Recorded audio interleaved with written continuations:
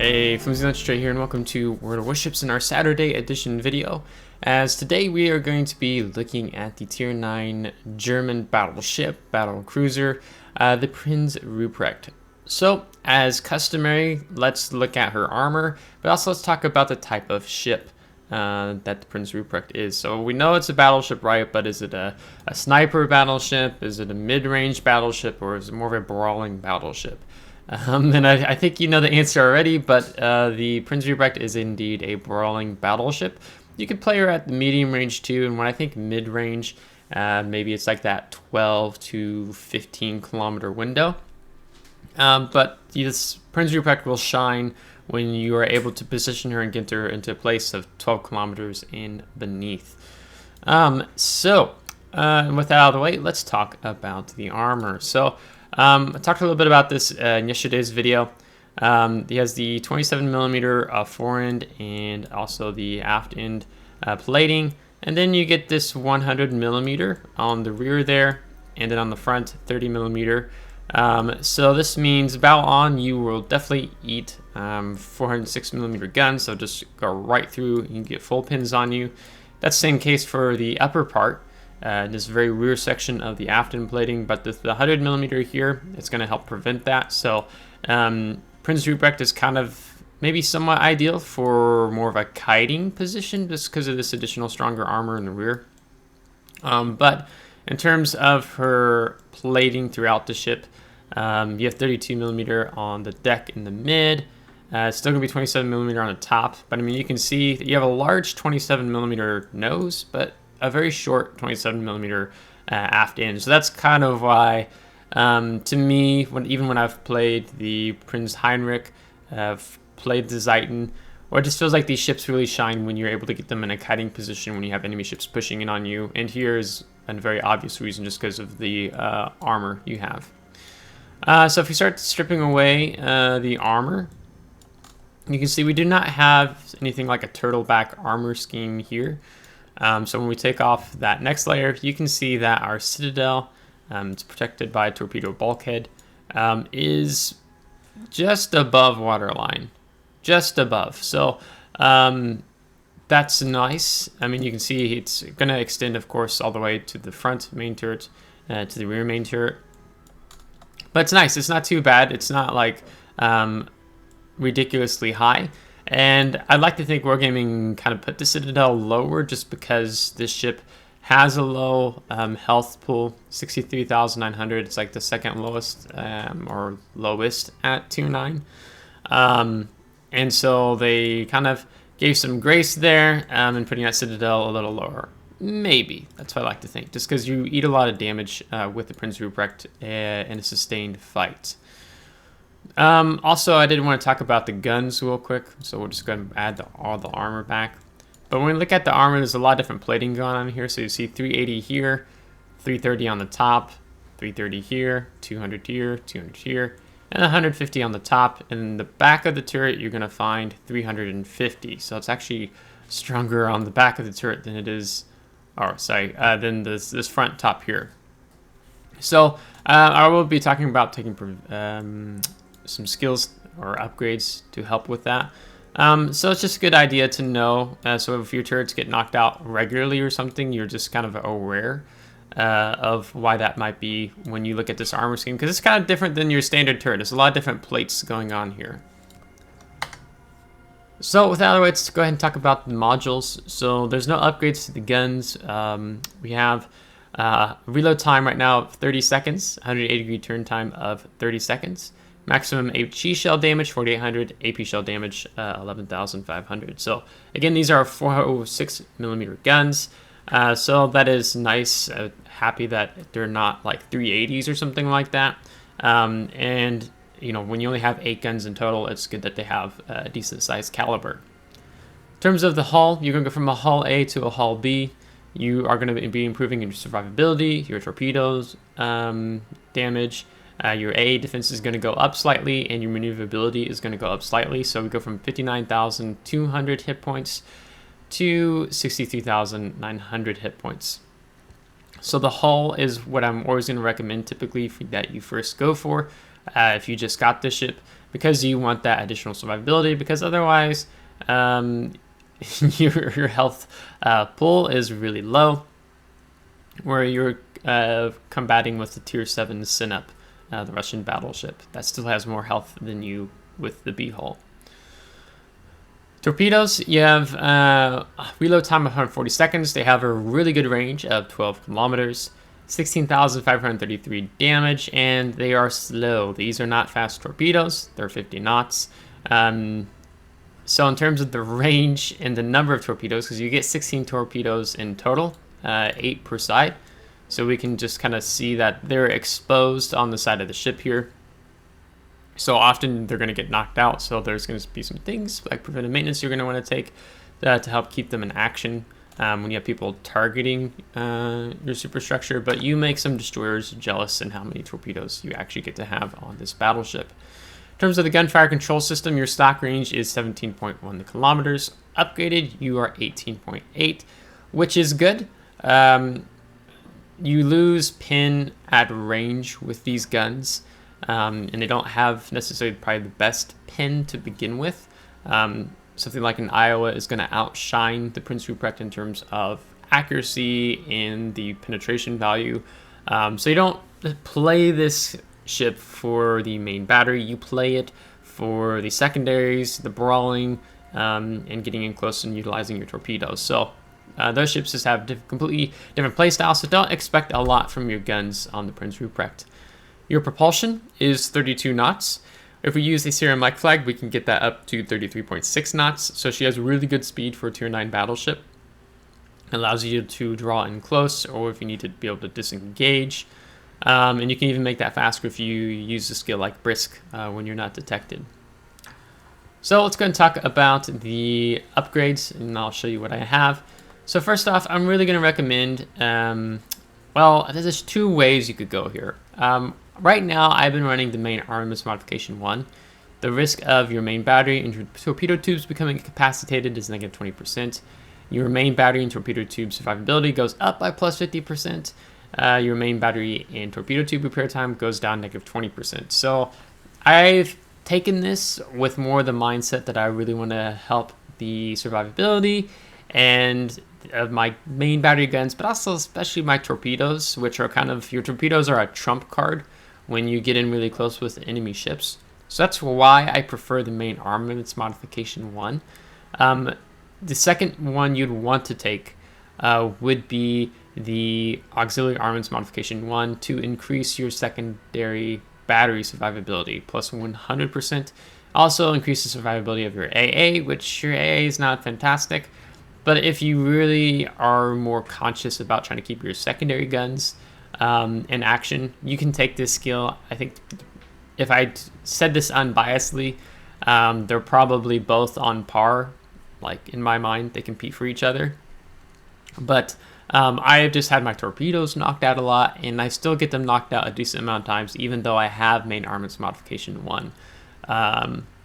So that's kind of one of the reasons why I've leaned more this way.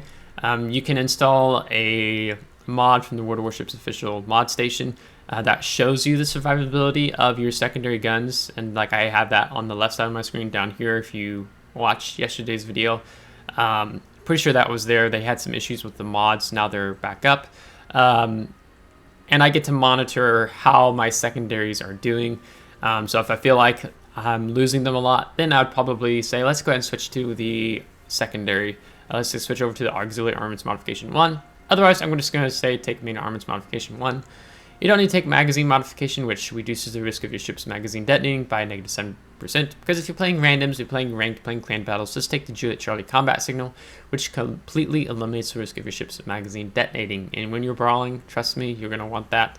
As it's easy, it's capable of being detonated, of course, in this battleship.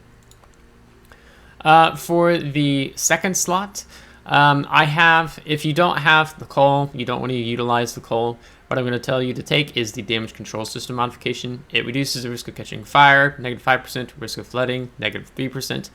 Otherwise, the top one you're going to want here is the hydroacoustic search modification 1. It extends your action time by plus 20%.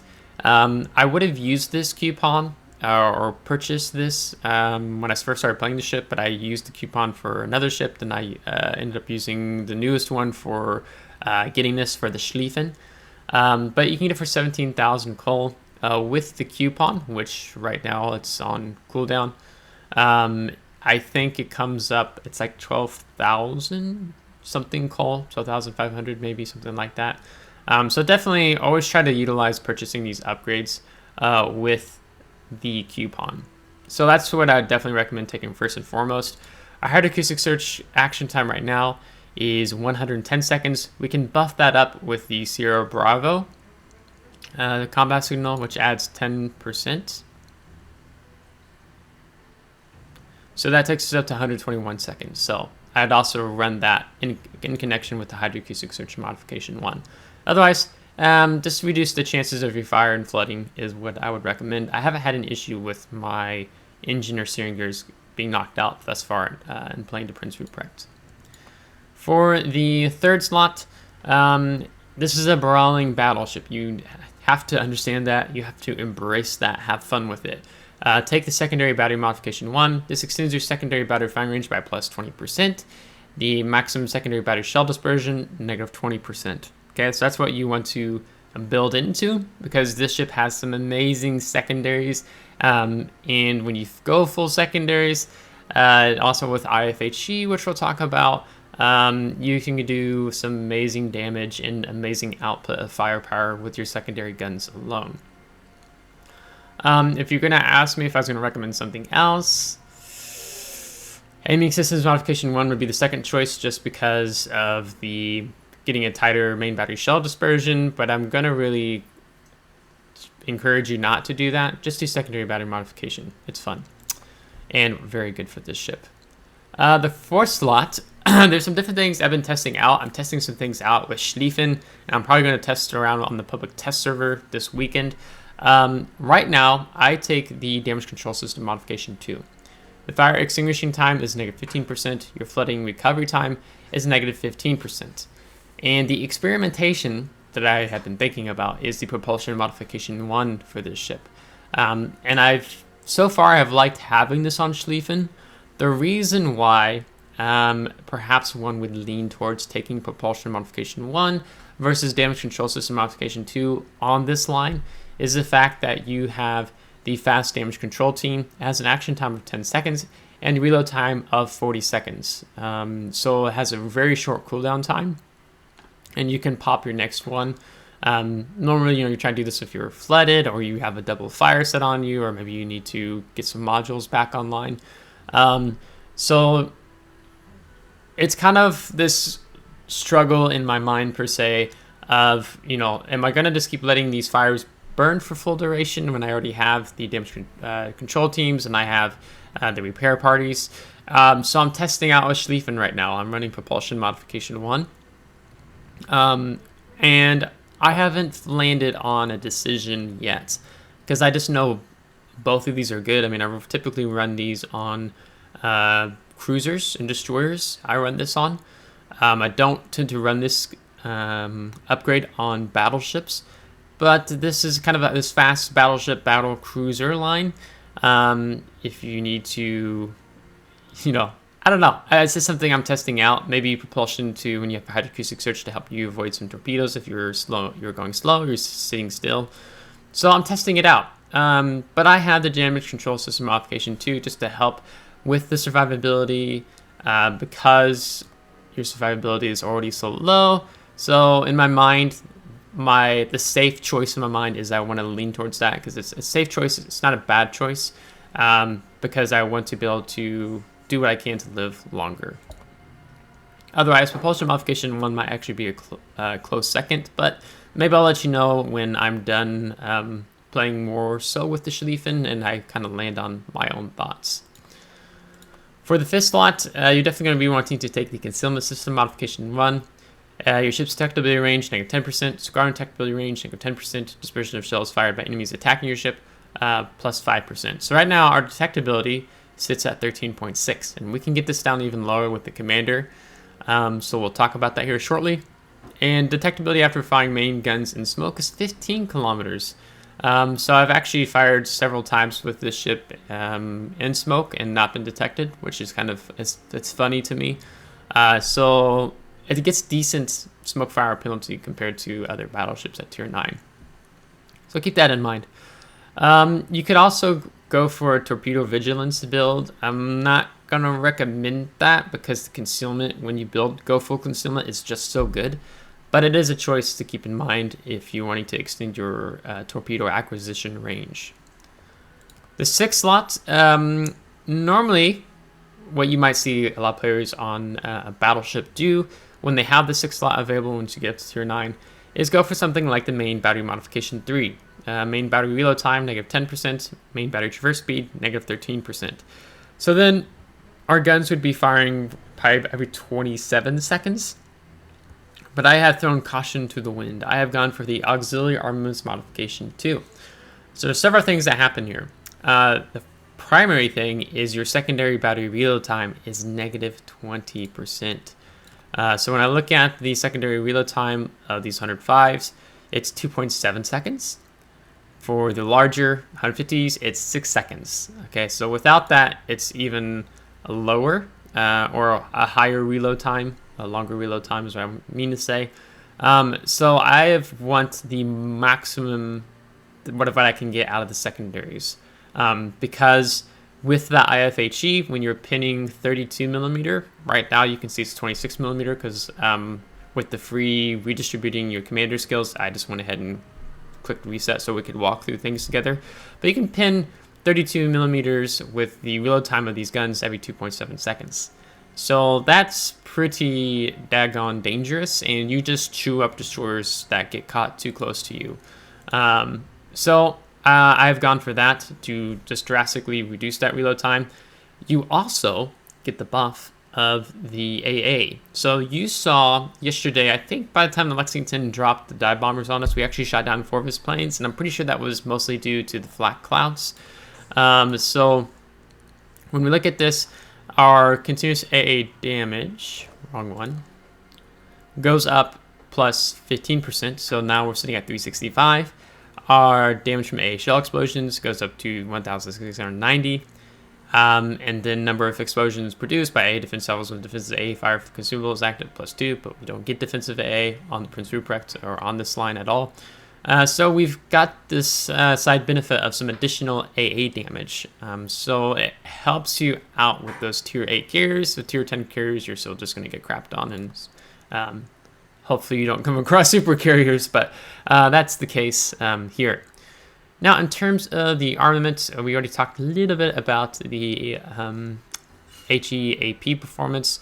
Your chances of causing a fire is 38%.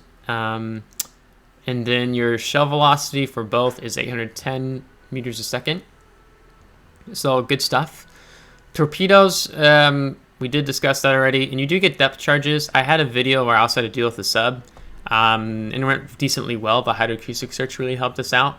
But maximum range of 10 kilometers is good. You know, Massachusetts, I think, only has 5 or 6. Ohio only has 5 or 6. So it's nice that it's 10 kilometers here with a reload time of 30 seconds. Maximum bomb damage 4,200, and you get 2 bombs per payload. Consumables, you had that fast damage control team. This was typically, you only found these on the Russian battleships, but now they've added this to this German battleship battle cruiser line. So they're able to come up quickly off of cooldown when you need them, and we're going to talk about how that transcends into our commander build. You only get 3 repair parties starting off. Typically, you'd get 4, but we only have 3 here. Our HP per second right now is 319 that we're able to recover. When we mount the combat signal India Delta, it goes up to 383, so you're going to be wanting to run that here. Action time of 28 seconds. Reload time, 80 seconds, and we only have 3 of those. The hydroacoustic search, detection of torpedoes, is 3.8 kilometers, which is really good. Detection of ships is 5.5 kilometers. As mentioned in yesterday's video, this used to be 6, but then they decided that it was a little too powerful for this line, so they nerfed it by 0.5 kilometers, so it's 5.5. And you can spot submarines at maximum depth only by 2 kilometers away, which I think is not so great. And with that hydro flag, the Sierra Bravo, you can see 121 seconds action time. You can get that even longer, maybe like it's like 140, 150 seconds with the upgrade, Hydroacoustic Search Modification 1 upgrade, and you get 3. Other things I'd be building in here is also your combat signal for secondaries. So this also extends your secondary battery range and improves your reload time and dispersion. So if I pull the secondaries back up, remember we're at 2.7 and 6 seconds. We take this guy, now we're down to 2.5 and 5.7. And our range has gone up to 10 kilometers, as without it was 9.5. Other things we're going to take here, we're going to take the India Yankee, you're going to take the Juliet Yankee, Bisoto, and ramming. So this is what I would do in terms of my signals. Now with the commander, what would I do with the first 10 points? First, I'm going to take preventative maintenance. This reduces risk of the main turrets, your torpedo tubes, steering gears, and engine becoming incapacitated. So when you take this, it is adding that reduction of risk to your main turrets and torpedo tubes becoming incapacitated. So then you could like, well, I have that, so then maybe I want to switch to the auxiliary armaments modification 1. Again, either's a good choice. This is just what I've been running for the meantime. And if you install that mod I was talking about, you can monitor your secondary survivability as well as your AA just to see how it's doing in battles. But I'm going to take the preventative maintenance. After that, you notice that we haven't even taken anything to help improve the main battery traverse speed of our guns, and it's 30 seconds, and 30 seconds is actually really good. So it doesn't bother me that I'm not going to tell you to, I'm not going to recommend this skill. But with our 2 points, we're going to take the IFHE. So watch here, the pin capacity was going to go up here, and it's also going to go up here. So 26 and 38 is what we see. So it goes up to 32 and it goes up to 47. So this is the bread and butter here, specifically because at the tier 8, tier 9, tier 10 in super ships, you'll see more of that 32 millimeter. Definitely 32 millimeter on the tier 9s, tier 10s as an example. And so now you have the capacity to pin these ships because a lot of the bow or stern armor could be 32 millimeter. So this skill is golden to take on this line. I definitely recommend it. And you can also see that our HE penetration capacity goes up to 127 from 102. Next, I'm just going to say go ahead and go for the secondaries. So this is the long-range battery, long-range secondary battery shells plus 20%. So now you can see we're hitting up to the 12 kilometer window. And that's the max range in which you can get the secondary armament on the Prinz Rupprecht. And then go for the manual secondary battery aiming. So you get the permanent effect of your reload time also being reduced, negative 10%, and your maximum secondary battery shell dispersion, the permanent effect of negative 10%. And then time to reach maximum efficiency of 45 seconds adds another negative 50%. So then it's like a negative 60% in total when you get the maximum efficiency out of this. So I take this, we're going to see the secondaries drop down again in reload time, 2.3 seconds. Really good here, 5.1. So this really shines where, we've gone from, was it 3 seconds? And now we're down to 2.3 seconds, if my memory serves correctly. So this is really good, and that's why the secondaries on this line are just so daggone good. Now, this is what I'd say, take for a 10-point commander. After this, there's a few different ways. It's up to you of what skill you feel you want to take next. What I would personally recommend taking next is to take the Emergency Repair Expert as a 14-point commander. So your damage control party consumable action time plus 10%, so it's going to go from 10 seconds to 11 seconds. Number of damage control parties, you're going to go from 4 to 5. Your repair party consumable action time is going to go up 10%, so from 28 seconds to 30.8 seconds. Your number of repair party charges is going to go from 3 to 4.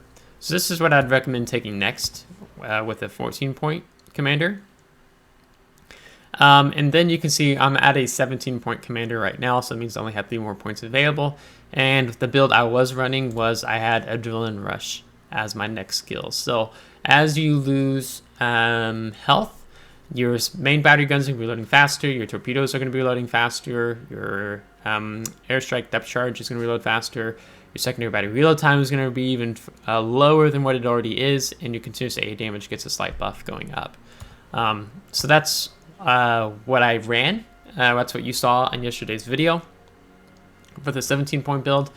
And then for those last 4 points, I'm going to recommend that you take the Concealment System Expert. So I have to talk about this briefly because some of you may be scratching your heads and wondering what's going on here. So when you take concealment with this line, you can see that our secondary range is 12 kilometers, and then with our max concealment, it's 12.2 kilometers.